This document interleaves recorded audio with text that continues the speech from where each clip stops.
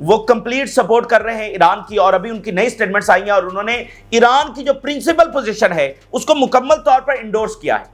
ایک طرف امریکہ اور اسرائیل ہیں، ایک طرف ان کا بیانیہ ہے کہ ایران یہ ہے، ایران سب سے بڑا ولن ہے، ایران فلانا ہے، اور چائنا اور رشیا جو ہے وہ مکمل طور پر اس وقت ایران کی سپورٹ کر رہے ہیں، اور باقی جو ملٹری سپورٹ ہے وہ بھی جاری رکھے ہوئے، اور جو نیریٹو کی سپورٹ ہے جو سب سے ایک امپورٹنٹ محاذ ہوتا ہے اس کے اوپر بھی وہ آ کر ایران کی جو موقف ہے اس کو انڈورس کر رہے ہیں۔ اور چائنا کی جانب سے یہ بار بار سٹیٹمنٹس آنا کہ ہم ایران کے ساتھ کھڑے ہیں، ایران صحیح پوزیشن کے اوپر ہے، تو یہ بتاتا ہے کہ خطرہ کتنا ریئل ہے، وگرنہ چائنا اس طرح بار بار سٹیٹمنٹ جو ہے وہ جاری نہیں کرتا ہے۔ اور وہاں پر یورپ جو ہے نا وہ بڑی جنگ کی تیاری کر رہا ہے۔ پولینڈ نے کہا ہے کہ جو سپلائز ہیں ان کا سٹاک تیار کر لیا جائے، یہ پولینڈ کی جائے، وہ پولینڈ جس نے امریکہ کو کہا ہے کہ وہ نیوکلیر یہاں پر ڈپلائی کرے، امریکہ نے انکار کیا ہے، پولینڈ کہہ رہا ہے کہ ہم اپنا نیوکلیر بنائیں گے، اور اب وہ کہہ رہے ہیں کہ جو سپلائز ہیں ان کو سٹاک کر لیا جائے۔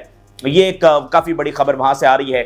تو اوورآل یورپ جو ہے نا اس کی انٹینشن یوکرین کی جنگ جاری رکھنے کی ہے۔ جنگ ختم ہوگی تو یورپ کی ڈیمانڈز کے اوپر ہوگی، جو کہ ہو نہیں سکتی، مطلب رشیا کیسے یورپ کے ڈیمانڈز مان لے، اور یورپ جو ہے وہ رشیا کے ڈیمانڈز ماننے کے لیے تیار نہیں ہے، ان کی ٹرمز ماننے کے لیے تیار نہیں ہے۔ تو اس لیے وہ معاملہ جو ہے نا وہ اس خوفناک صورتحال کی طرف مزید آگے بڑھتا چلا جا رہا ہے، اور ٹرمپ تو آپ کو پتا ہے نا کہ اس کی کوئی بھی چیز امپلیمنٹ نہیں ہو پا رہی ہے۔ ابھی سنڈے کو بڑی اہم ترین میٹنگ جو ہے وہ سعودی عربیہ میں ہونے جا رہی ہے۔ یہ تمام تفصیلات آپ کے سامنے رکھتے ہیں۔ سب سے پہلے غزہ میں جو ہارفک اس وقت صورتحال ہے، گراؤنڈ آپریشن شروع ہو چکا ہے، اور اس کے ساتھ ساتھ ابھی جو نئی اناؤنسمنٹ سامنے آئی ہے اسرائیل کی جانب سے، اسرائیل نے کہا ہے کہ اس نے ٹرمپ پلان کو امپوز کرنا شروع کر دیا ہے۔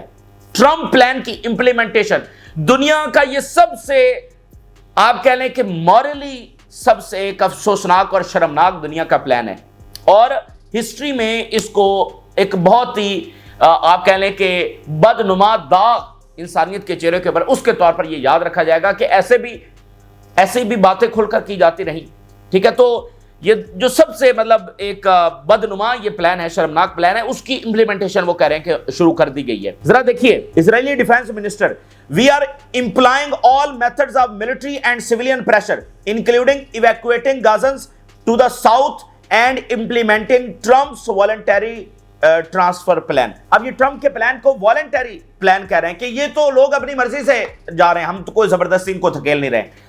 یہ بھی آپ دیکھ لیں، مطلب ایک ہوتا ہے وہ کہتے ہیں کہ دشمن بھی آپ کا کم ظرف نہ ہو، آپ اندازہ تو کریں یہ کون سے لوگ ہیں، ٹھیک ہے، یہ کن لوگوں کے ساتھ پالا پڑ گیا، ان کی مکاریاں آپ دیکھیں، ان کے جھوٹ آپ دیکھیں، یعنی کہہ رہے ہیں کہ غزہ کے لوگ تو اپنی مرضی سے چھوڑ دیں گے، بمباری ان کے پر ہو رہی ہے، زمینی فوج وہاں پر گھسی ہوئی ہے، ایڈ ان کی بند ہے، پانی ان کا بند ہے، آرٹلری الگ سے گولے برسا رہی ہے، جنگی طیارے الگ سے گولے برسا رہے ہیں، اسرائیلی ٹینکس الگ سے گولے برسا رہے ہیں، اسرائیلی فوج الگ سے گولیاں مار رہی ہے، اور یہ کہہ رہے ہیں کہ غزہ کے لوگ تو اپنی مرضی سے جائیں گے، ٹھیک ہے۔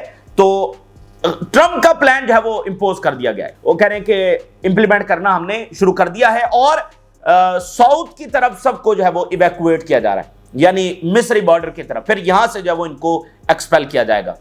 I have instructed the army to take control of additional areas in Gaza by evacuating residents and expanding security zones۔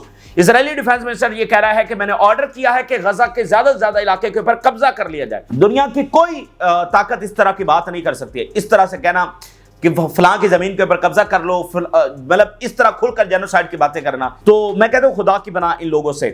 تو وہ کہہ رہے ہیں کہ زیادہ سے زیادہ ادھر قبضہ کرو۔ I have instructed the army to seize more land in Gaza and evacuate the residents۔ دیکھیے یہ جو عرب ممالک ہیں نا جو اب کافی متحرک ہو چکے ہیں اور ان کے اپنے ملک جو ہے وہ داؤ پر لگے ہیں، اس لیے اب یہ انٹروین کر رہے ہیں اور ہاتھ پاؤں مار رہے ہیں، یہ ابھی بھی دیر کر رہے ہیں، یہ 7 اکتوبر سے دیر کر رہے ہیں۔ 7 اکتوبر کے بعد ان کو فوری متحرک ہو جانا چاہیے تھا، ان کو فوری آخری حد تک جا کر مداخلت کرنی چاہیے تھی، لیکن یہ اسرائیل کے ساتھ ٹریڈ کرتے رہے، ٹھیک ہے۔ اب آپ دیکھیے کہ ان کے ممالک، ان کی حکومتیں داؤ کے اوپر لگی ہوئی ہیں اور معاملات آگے سے آگے بڑھ رہے ہیں۔ یہ جتنی دیری کریں گے معاملہ اتنا مطلب آگے سے آگے بڑھتا چلا جائے گا۔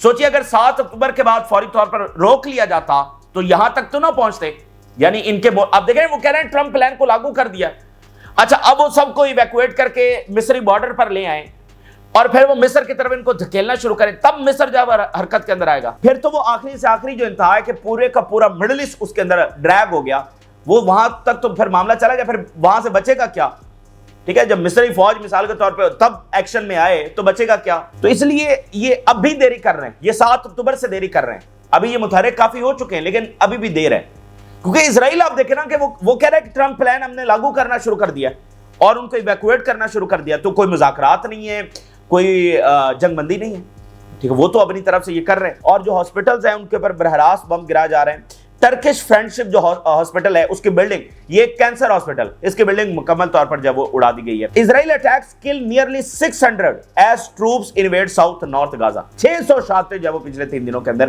مکمل طور پر ہو گئی ہیں، انتہائی افسوسناک۔ اچھا، اس کے علاوہ جو اسرائیل کی اسٹریٹجی ہے، ذرا الجزیرہ اس کو رپورٹ کر رہا ہے کہ اسرائیل غزہ میں کیا اسٹریٹجی اس وقت دکھا رہا ہے۔ Israel wants to lock the people of Gaza up into smaller cells then move in۔ غزہ کے لوگوں کو چھوٹے چھوٹے سیلز کے اندر مطلب اکٹھا کیا جائے، پھر ان کو آگے موو کیا جائے، یعنی جیسے جیلیں ہوتی ہیں نا، کنسنٹریشن کیمپس، اس طرح بنا کر یعنی ساری آبادی کو ایک تھوڑے سے علاقے میں جمع کر کے اس کے بعد پھر ان کو جب ایکسپیل کیا جائے، یہ اس وقت اس کا پلان ہے۔ اور پھر آپ دیکھیے ایک اور رپورٹ کہ پورا مڈل ایسٹ اس جنگ کی نظر ہونے والا ہے، پورا مڈل ایسٹ، الجزیرہ ہی کی رپورٹ ہے۔ pushing the Middle East towards prolonged instability۔ His action risk triggering wide spillover effects particularly in Lebanon and Syria۔ پورا ریجن خاص طور پر سب سے پہلے جو لیبنن اور سیریا ہے اس کے اندر یہ سپل اوور ہوگا، یہ جو انسٹیبلٹی ہے یعنی لیبنن اور شام کی جنگ سب سے پہلے چھڑے گی، الجزیرہ رپورٹ کر رہا ہے۔ Without immediate intervention the entire region will bear the long term consequences of unchecked military escalation and political destabilization۔ اگر فی الفور مداخلت نہ کی گئی، اگر فی الفور نتنیاہو کو نہ روکا گیا تو اس کے بعد کیا ہوگا، پورا ریجن اس میں آئے گا، اور پورا ریجن 2-4 مہینوں کے لیے نہیں، لانگ ٹرم، یعنی پھر یہ کئی سالوں کی ایسی ڈیسٹیبلائزیشن کے اندر چلا جائے گا کہ جہاں پر جگہ جگہ جنگیں ہوں گی، کہیں خانہ جنگی ہوگی، کہیں کچھ ہوگا، اور پولیٹیکل ڈیسٹیبلائزیشن، گورنمنٹس قائم نہیں رہیں گی، کوئی ایک بنے گی گر جائے گی، موجودہ بیشتر جو ہے وہ گر سکتی ہیں، پولیٹیکل ڈیسٹیبلائزیشن اینڈ لانگ ٹرم ڈیسٹیبلائزیشن، یہ اس وقت الجزیرہ رپورٹ کر رہا ہے کہ اتنا خطرناک معاملہ ہے۔ تو اگر یہ جنگ لمبا چلتی ہے تو اس کے نتائج یہ ہوں گے۔ اب میں آپ کے سامنے مزید رپورٹس رکھنے جا رہا ہوں کہ اسرائیل، ٹھیک ہے، وہ یہ ساری صرف اور صرف فساد پھیلا رہا ہے۔ اگر وہ یہ سمجھتا ہے کہ یہ سارا جبر کر کے وہ یہاں پر رہ لے گا، دیکھیں تباہی تو آ رہی ہے نا، تباہی تو پھر سب کو ایکشن لینا نا اس تباہی کو روکنے کے لیے، ٹھیک ہے، تباہی تو غزہ کے لوگ دیکھ رہے ہیں نا، اور آگے سے آگے وہ پھیل رہی ہے، یمن کی فل سکیل وار جاری ہے۔ تو اگر اسرائیل یہ سمجھتا ہے کہ وہ یہاں پر وہ سیو رہے گا، ٹھیک ہے، باقی سب جو ہے وہ ختم ہو جائیں گے، تو ایسا نہیں ہونے والا ہے۔ پورا مڈل ایسٹ پھر جائے گا جنگ کے اندر، اور بچے گا پھر اسرائیل بھی نہیں۔ اگر اس طرح سے معاملہ چلا جاتا ہے تو بچے گا اسرائیل بھی نہیں، یا تو وہ ابھی بیک فٹ کے اوپر ہٹ کر یعنی سب یہ انٹروین کریں اور وہ عرب پلان کے اوپر اسرائیل کو جو ہے وہ منوایا جائے۔ اگر وہ نہیں مانتا اور جنگ آگے بڑھتی ہے تو آپ دیکھیں گے کہ اسرائیل کا یہاں پر کوئی قیام نہیں ہے، اس کا نتیجہ پھر یہ نکلے گا، وہ جو منی اسرائیل ہے نا وہ بھی نہیں بچنے والا۔ اب ذرا اس کی مزید ثبوت دیکھ لیجئے۔ Legitimacy of the Gaza were very important for Israeli government. Legitimacy حاصل نہیں ہو رہی ہے، جو کہ بہت امپورٹنٹ ہے غزہ وار کے لیے، نہ ہی اندرونی لیجیٹیمیسی نہ ہی بیرونی، because of waning public support کم ہو رہی ہے، exhausted military reservists and political challenges. یہ 3 سب سے بڑی چیزیں ہیں کہ نتنیاہو کے لیے جنگ آگے بڑھانا اور جیتنا ناممکن کے قریب ہے۔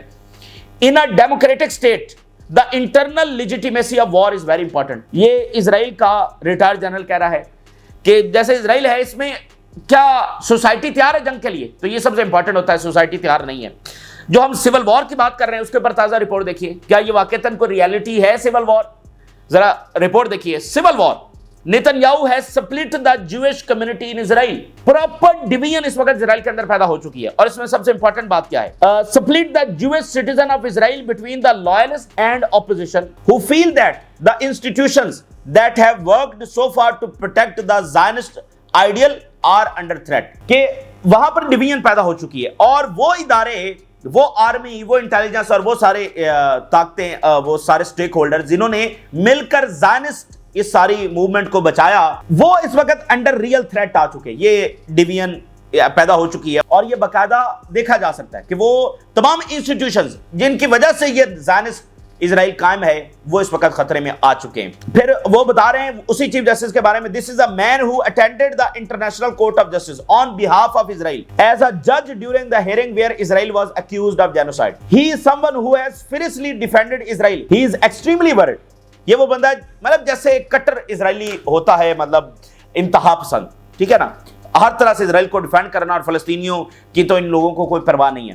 لیکن یہ والا بندہ اور چیف جسٹس رہا ہے، وہ بھی کہہ رہا ہے کہ اسرائیل جو ہے وہ سول وار کی طرف جا رہا ہے. ٹھیک ہے، تو یہ ایک چیز ہو گئی. اس کے علاوہ آپ دیکھیے وہ تصادم ڈے بائی ڈے اب بڑھ رہا ہے. اس سے پہلے اسرائیلی صدر نے بغاوت کی، اس کے بعد آپ دیکھیے شن بیت کو اس نے ہٹایا، عدالت میں پٹیشن گئی، عدالت نے روک دیا شن بیت کو ڈسمس کرنے سے، اور نتنیاہو نے کورٹ کا جو آرڈر ہے وہ ماننے سے انکار کر دیا ہے. یعنی آپ ذرا اندازہ کریں کہ نتنیاہو کے پیچھے کمپریہنسو سپورٹ نہ یورپ اور امریکہ کی ہے، نہ کمپریہنسو سپورٹ اسرائیل کی سوسائٹی اور اسرائیل کے سٹیک ہولڈرز کی ہے، نہ جوڈیشری کی بن پا رہی ہے، اور نہ سارے آرمی آفیشلز اور انٹیلیجنس. بھائی شن بیت بھی تو انٹیلیجنس ہے نا، اور باقی تھنک ٹینکس اور یہ سارے سیٹلر اور بزنس جو ان کی کمیونٹی ہے، وہ مکمل طور پر نتنیاہو کے پیچھے نہیں کھڑے ہیں اس وار میں، بلکہ اس کو اپوز کر رہے ہیں. تو آپ اندازہ کریں کہ ایک وزیر اعظم اپنے انٹیلیجنس چیف کو ہٹا نہیں سکتا، عہدے کے طور پر ہم بات کر رہے ہیں، تو اس کی اب کیا حیثیت رہ گئی ہے، کس طرح سے وہ ڈیلی ڈکلائن کی طرف جا رہا ہے. اچھا، تو جو پروٹیسٹ ہیں وہ جاری ہیں، اور وہ کہہ رہے ہیں کہ ہم مزید ایسکلیٹ کریں گے. ابھی نتنیاہو کی رہائش گاہ کے اوپر بڑا واقعہ ہوا ہے، سیٹلرز نے آگے اندر گھسنے کی کوشش کی ہے، اور شدید جھڑپیں ان کی پولیس کے ساتھ ہوئی ہیں، اور بڑی مشکل سے پولیس نے ان کو پیچھے دھکیلا ہے. اسرائیلی protesters storm police checkpoints on their way to the homes of Netanyahu. Clashes erupt between police and protesters while tried to breach barriers during a protest march towards Netanyahu. اندر وہ گھسنا چاہ رہے ہیں نتنیاہو کے گھر کے اندر. ویسے بھی اسرائیل ایک اوورآل ایکسٹریمسٹ سوسائٹی بن چکی ہے، تو پھر الٹیمیٹلی یہی ہوتا ہے، پھر وہ سول وار ہی کا معاملہ کی طرف جاتا ہے. Netanyahu knows the ground is shaking beneath his feet and the judicial system is still beyond his control. Netanyahu جان رہا ہے کہ اس کے قدموں تلے سے اب زمین نکل رہی، یہ اسرائیلی اپوزیشن کہہ رہی ہے. Netanyahu is in a state of panic and is extremely dangerous. state of panic کے اندر نتنیاہو جا چکا ہے. وہ عدالت کے اندر جو اس نے مکے مارے اور کہا کہ میری زندگی جو ہے ہیل بنا دی ہے. آپ دیکھیے کہ نتنیاہو نے جنگ کس وقت شروع کی ہے. ادھر سے عرب پلان آ گیا ہے، ادھر سے اندرونی طور پر کہنے کہ جب وہ الیکشن کروایا جائے، ٹھیک ہے نا، ادھر امریکہ ڈائریکٹ ٹاکس کرنا شروع ہو گیا حماس کے ساتھ. تو اس میں تو مطلب کچھ اچیو اس میں بھی نہیں ہو رہا تھا. تو اس سب سے ڈائیورٹ کرنے کے لیے پوری طاقت لگا کر اس سب کو ریورس کرنے کے لیے اس نے جنگ شروع کی ہے. یہ کوئی اس طرح سے شروع نہیں کی کہ وہ سارے حالات، واقعات، معاملات اس کے کنٹرول کے اندر ہے، اس کے ریزلٹ کے اندر ہے. Our protest movement is the most important in Israel ever and is achieving success. Popular protest leaders decide to continue their demonstrations in support of the rule of law in Israel. Leader کہہ رہے ہیں کہ جو protest ہیں وہ ہمارے جاری رہیں گے. تو یہ اس وقت صورتحال ہے. ایک طرف مڈل ایسٹ کی جنگ ساتھ ساتھ چل رہی ہے، دوسری طرف سے اندرونی بیرونی بہت ساری کوششیں ہو رہی ہیں اس جنگ کو روکنے کے حوالے سے. فرانس کی سٹیٹمنٹ آئی اور اس نے اینیکسیشن آف دا غزہ، یعنی غزہ کے اوپر قبضے کو مکمل طور پر جو ہے نا اپوز کیا. انہوں نے کہا کسی طور پر یہ پاسبل نہیں ہوگا، کس طور پر ہم یہ الاؤ نہیں کریں گے. ایران کے حوالے سے ہم ڈے بائی ڈے مزید پش ہو رہے ہیں ٹورڈز وار، ٹھیک ہے، اور یہاں پر ایران سے جو سٹیٹمنٹس آ رہی ہیں وہ بالکل مزید اس بات کا ایویڈنس ہے کہ ہم واقعتاً اس کے بہت قریب پہنچ چکے ہیں. ایران سے ذرا سٹیٹمنٹ دیکھیے. We have intelligence and operational readiness at every point in the occupied territories. اسرائیل کے اندر بھی انہوں نے کہا کہ ہمارا جو انٹیلیجنس نیٹ ورک ہے وہ پوری طرح سے تیار ہے. The choice is in there and our hand is on trigger. Iran سے بیان سامنے آ رہا ہے، فیصلہ انہوں نے کرنا ہے، ہم جنگ نہیں چھیڑنا چاہتے، لیکن اگر وہ غلطی کرتے ہیں our hand are on trigger. ہمارے ہاتھ جو ٹریگر کے اوپر ہیں. US bases in the region are within our range. US کی تمام جو بیسز ہیں وہ اس وقت ہماری رینج کے اندر ہے. مطلب کلیئرٹی ہوگی نا اس طرح کے تھریٹس کون لگا سکتا ہے کہ بھئی امریکہ کو کہہ رہے ہیں کہ تمہاری بیسز ہماری رینج کے اندر ہیں. تو آخری لیول کی بات ہے جو وہاں پر کنوے کی جا رہی ہے. اچھا، اسی درمیان چائنا اور رشیا کی مزید سٹیٹمنٹس آ رہی ہیں. اب دیکھیے امریکہ کا ایک بیانیہ ہے، اسرائیل کا ایک بیانیہ ہے کہ ایران نیوکلیر بنا رہا ہے اس لیے ہم حملہ کر رہے ہیں. ایران کہہ رہا ہے کہ ہم نہیں بنا رہے ہیں اور ہمیں تو سیکورٹی گارنٹی چاہیے، ہم تو پیس اور سیز فائر کی بات کر رہے ہیں. امریکہ کہہ رہا ہے نہیں، تم سے سب سے بڑے ویلن ہو. یہ بالکل ایسے ہی ہے جب بائیڈن انتظامیہ اور وہ سارا چل رہا تھا، رشیا سیز فائر آفر کرتا تھا، سیز فائر کی بات کرتا تھا، اور امریکہ اور یورپ کہتے ہیں کہ پیوٹن جو سیز فائر آفر کر رہا ہے he is not in good faith, اس کی نیت اچھی نہیں ہے، وہ صرف باتیں کر رہا ہے. یہ کہتے تھے. یہ وہی بیانیہ ایران کے خلاف ہے کہ نہیں یہ تو غلط بات کر رہا ہے جو ہے نا، ایران ہی سب سے بڑا ویلن ہے. تو رشیا اور چائنا آ کر کہہ رہے ہیں کہ نہیں ایران صحیح بات کر رہا ہے. تو یہ بہت بڑی چیز ہوتی ہے نا کہ گلوبل پاورز آپ کے ساتھ آ کر کھڑی ہو جائیں، آپ کے بیانیے کو سپورٹ کریں.